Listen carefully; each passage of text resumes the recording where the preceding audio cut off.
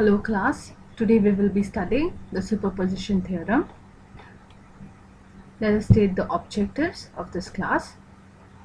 The objective is to be familiar with the superposition theorem and its unique ability to separate the impact of each source on the quantity of interest. The second objective is to be able to solve problems using superposition theorem. Let us start by stating the superposition theorem. The superposition theorem states that if there is more than one source acting in a given network, the total response of the network is the algebraic sum of the individual responses due to each source.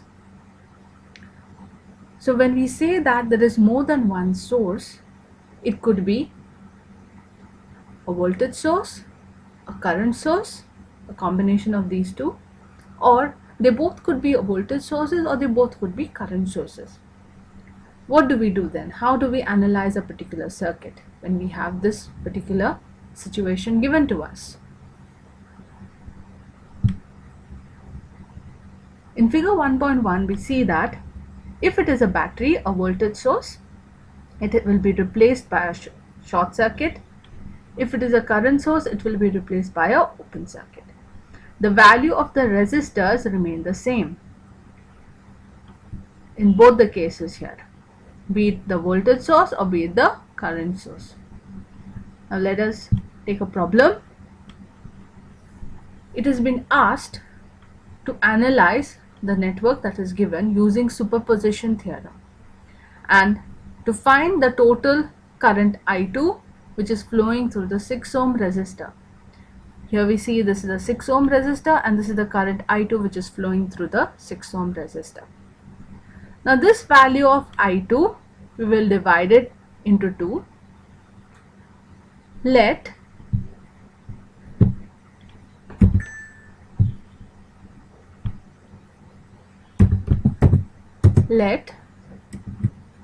I2 prime be the current due to the battery and let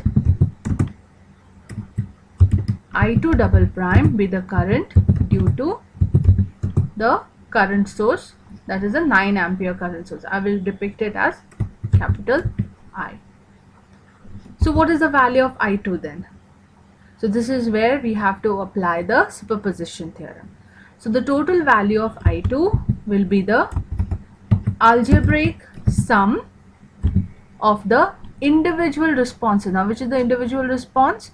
Due to the battery it is I2 dash or I2 prime, and due to the current source it is I2 double prime. So this will be written as I2 prime plus I2 double prime. Now let us find out this value of I2 prime and I2 double prime. So when we will be considering the voltage source, we will have to open circuit this, and when we will have to consider the current source, we will have to short circuit the voltage source.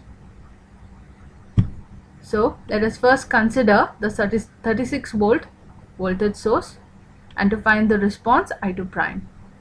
So when we replace the current source by an open circuit, we see that the current has no longer a path to flow through this part of the circuit, and hence the current will flow through the closed loop here. So what is this value of current which will be flowing through the 6 ohm resistor?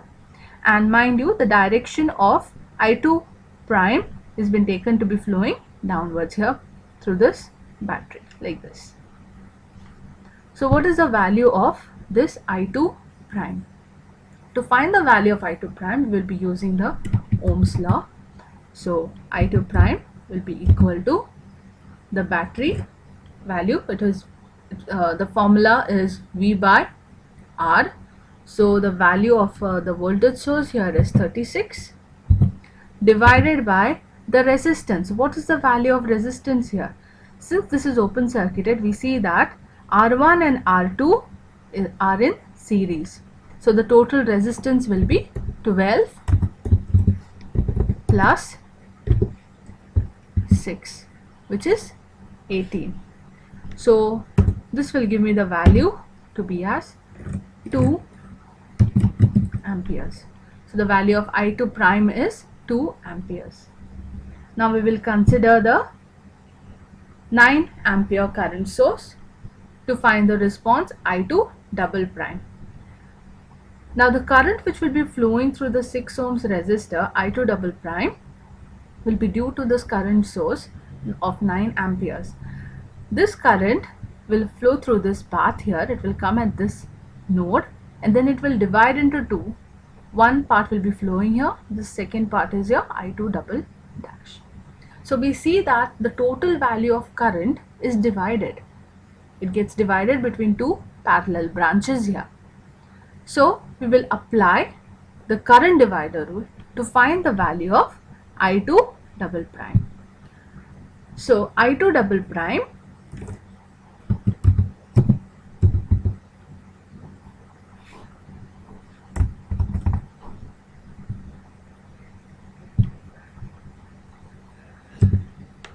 I2 double prime will be equal to, using the current divider rule, the total value of current into the resistor which is opposite to the 6 ohm resistor. So which is the resistor? It is a 12 ohms resistor divided by the total resistance. Now what is the value of total resistance?